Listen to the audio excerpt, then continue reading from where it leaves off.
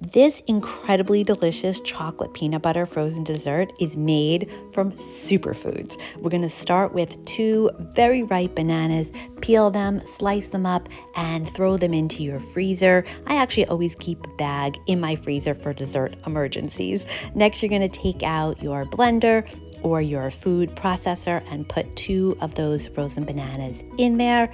Next, vanilla unsweetened almond milk, half a cup. You can always add more, but you can't take it away. You could substitute any plant milk for this. This is totally optional, but I like to add a tablespoon of chia seeds because they're filled with calcium and protein and omega-3s, and they're just so good for you.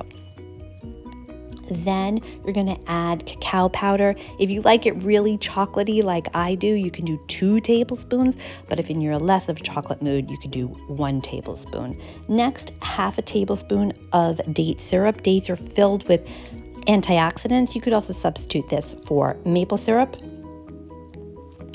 Also, you're going to add a tablespoon of peanut butter.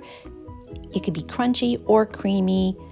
Either way, filled with protein and healthy fats. Then you're going to put it all together in your blender. It'll probably take about a minute. You may have to stop to scrape down the sides as you go.